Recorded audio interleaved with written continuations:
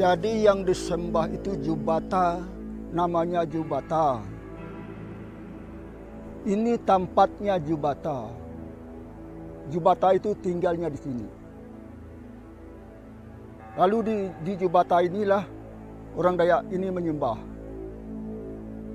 Gunung ini memang tidak boleh diganggu karena tempat penyembahan. Cuma yang tidak bagus ini memang masalah kejujuran. Memang tidak bisa, memang tidak ada. Tidak bisa ada.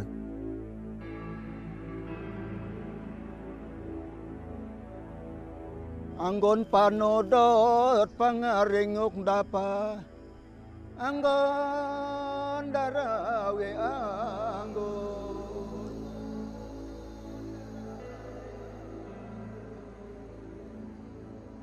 For millions of years, Borneo has been covered by rainforests. Today, those forests are being cut at an alarming rate. No one has felt the impact more than Borneo's native inhabitants. The largest group are known collectively as the Dayak. Used to be our people live with the forest, you know. The forest give everything for what we need. We can get any materials from the forest and make a shelter. And if the shelter needs to be repaired, then we fix it. Used to be our people get the food from the forest, animals for meals and vegetables from the trees. And then also we collect all the medicines from the forest.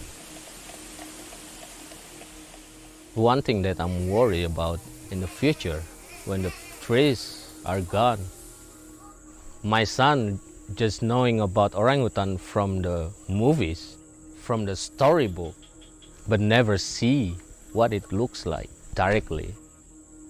Because what happened now, in the name of development, we have lost our forest. It's all just a memory now.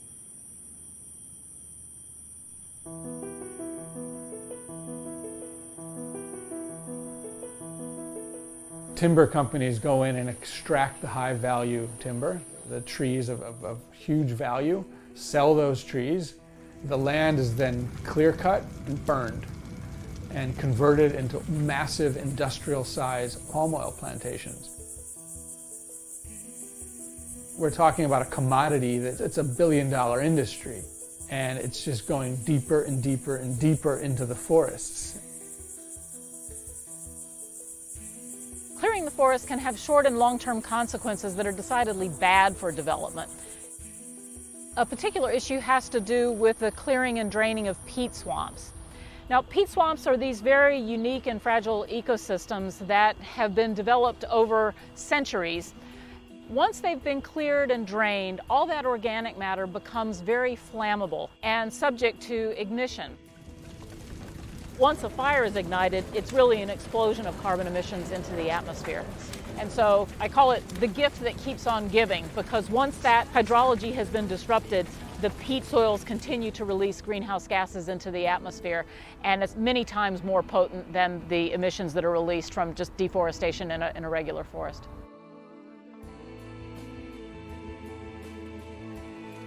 If tropical deforestation were a country, it would rank third after China and the United States and above the European Union as a source of global climate emissions.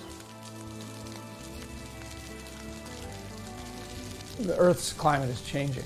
Last year we started to experience an El Nino, which dried out what should have been wet areas of peat forest.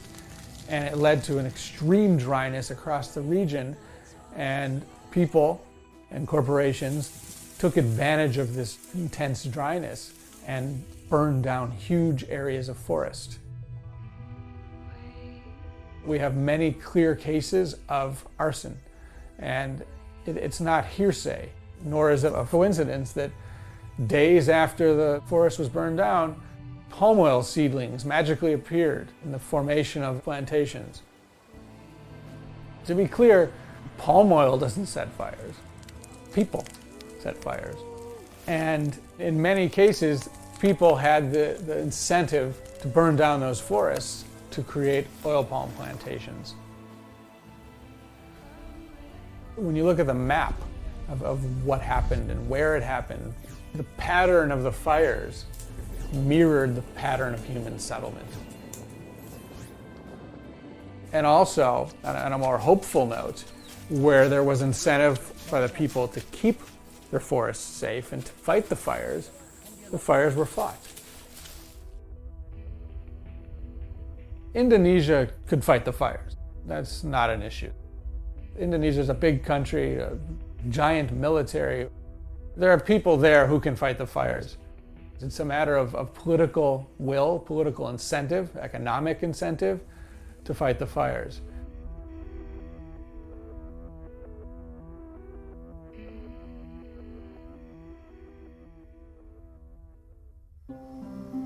While forest advocates call for sustainable practices and stronger enforcement of existing regulations, policymakers face a stark choice. Support an industry that's destroying the forests, or protect the well-being of these ecosystems and the web of life that thrives within them. The Indonesian government claims to be concerned about deforestation, but the palm oil industry generates enormous revenues and creates millions of jobs.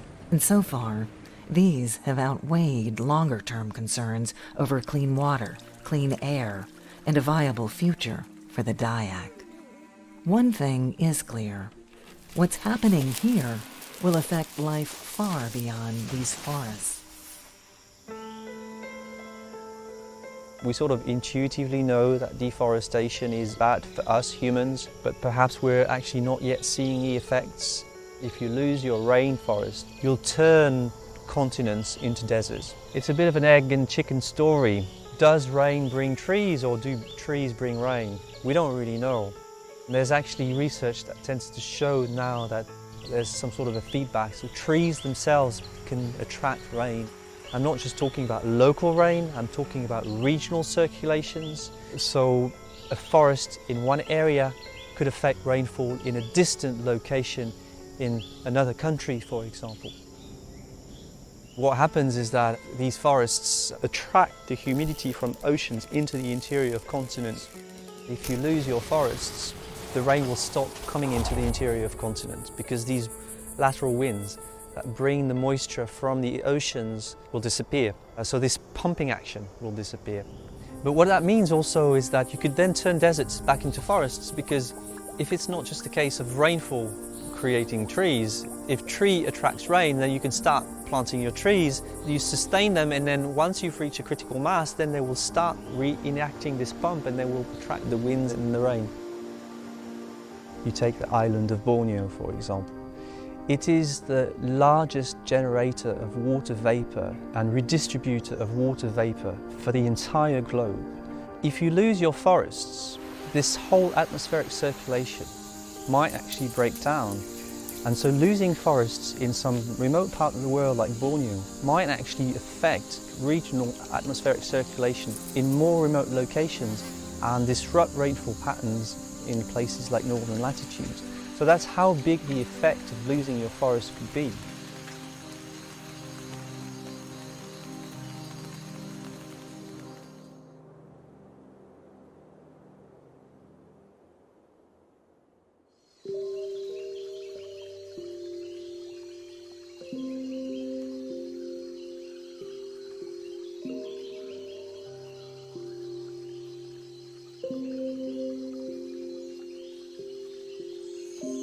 It drives me crazy that there's so much talk about this technology of carbon capture and storage, because we already have a carbon capture and storage technology that's proven, it's safe, it's natural, and it's cheap, and it's called protecting tropical forests. If we were to halt deforestation tomorrow and allow all the damaged forests to grow back, we're looking at between a quarter and a third of the solution to climate change. The window of opportunity for using tropical forests as a way to protect the global climate is closing. One reason it's closing is that tropical forests are continuing to disappear at an alarmingly rapid rate. We're losing an area of forest the size of Austria every year. Tropical forests themselves are affected by climate change. As the climate warms, there's going to be more droughts, which make the forests more vulnerable to fire. And so the ability of forests to play this carbon capture and storage role will be compromised by the acceleration of climate change itself. So we really need to act now and take advantage of the opportunity where we have the technology, we know this is an economic option, the politics are aligned, we need to act. Everybody can contribute. We can vote for action on climate change. And we can say to the companies, we only want to buy products that are deforestation free. Ideally, the role of the international community would be to support the objectives and efforts of the people who live and die by the existence of the tropical forests. The rights of indigenous peoples would be recognized and they would be empowered to protect their forests and given the tools and support that they need. Local governments from the village level all the way up to the national level would recognize the role that standing forests can play in long-term sustainable development, but also the many ecosystem services that contribute to the health and well-being of their communities.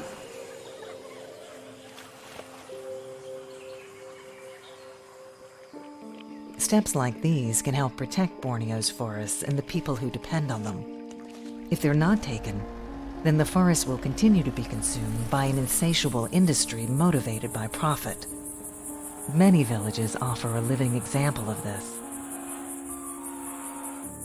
Bangsal Behe is my ancestor land. My grandfather, my great-great-grandfather lived there. My ancestor lived there. Used to be a big trees, big river, a lot of wild animals, a lot of food. The forest is known as areas of a very, very pretty and very nice forest with the waterfall, the sound of the nature. But then it was gone. And as you've seen, there's no more river there. Where's the waterfall? Gone. Where's the big trees? It's all gone. And you know what's that mean? That's the extinction of my father's families. That's a village when my family is burned. And the only thing that remains just the house.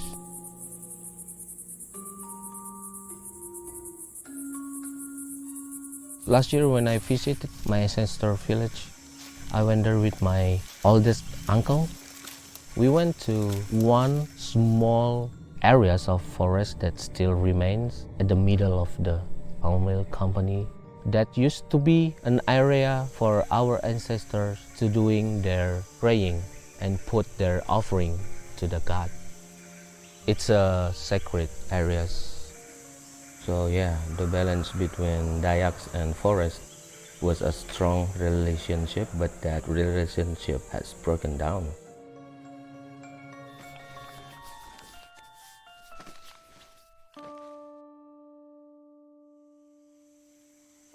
If the connection between the Dayak people and the forest is lost, then some of the most dedicated defenders of these forests will also be lost.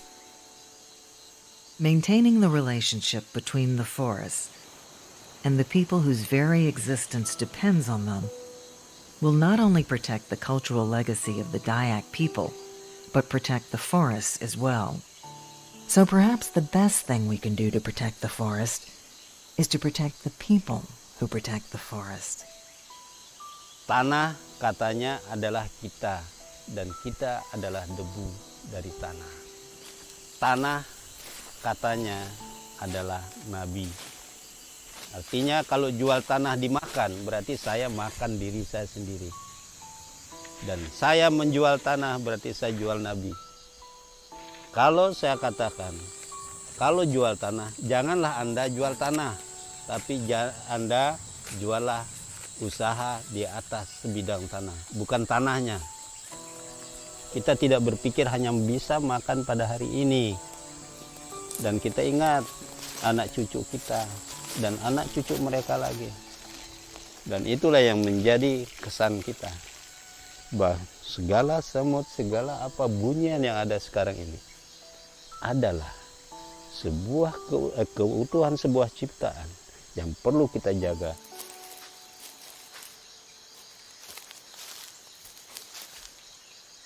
People like the cultural stories. People like the traditional stories.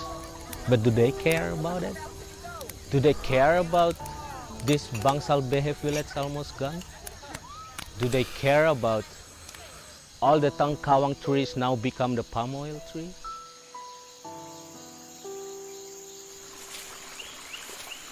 I'm just a regular person. I don't have any power to change something. The same way with some American Indian, what they feel. So that's what I feel now.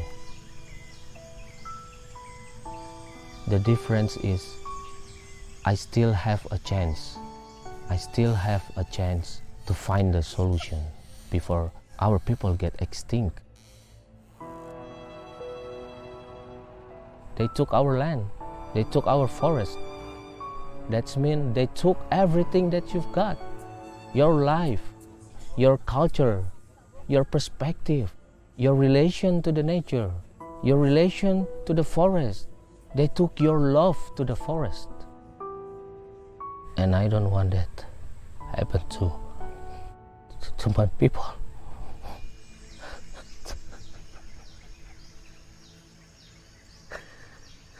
That's a 300,000 hectares of forest. They turned it into the palm oil plantation. And when our people work to this company, they treat our people like a slave. Sometimes you feel like you can feel they lamenting, you know. Yeah, this is oil palm trees, but they are also trees. It's not their fault that they've been exploited.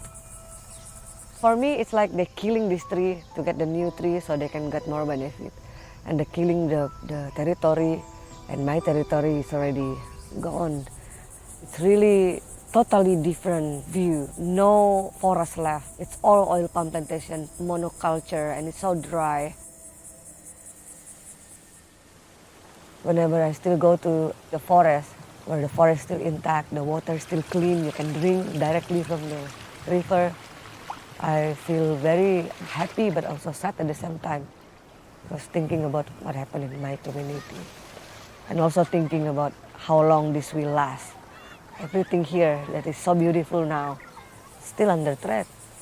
Because greedy people are still everywhere. Until the importance of these forests is more widely recognized, they will never be far from harm's way, and the Dayak will be left facing an uncertain future.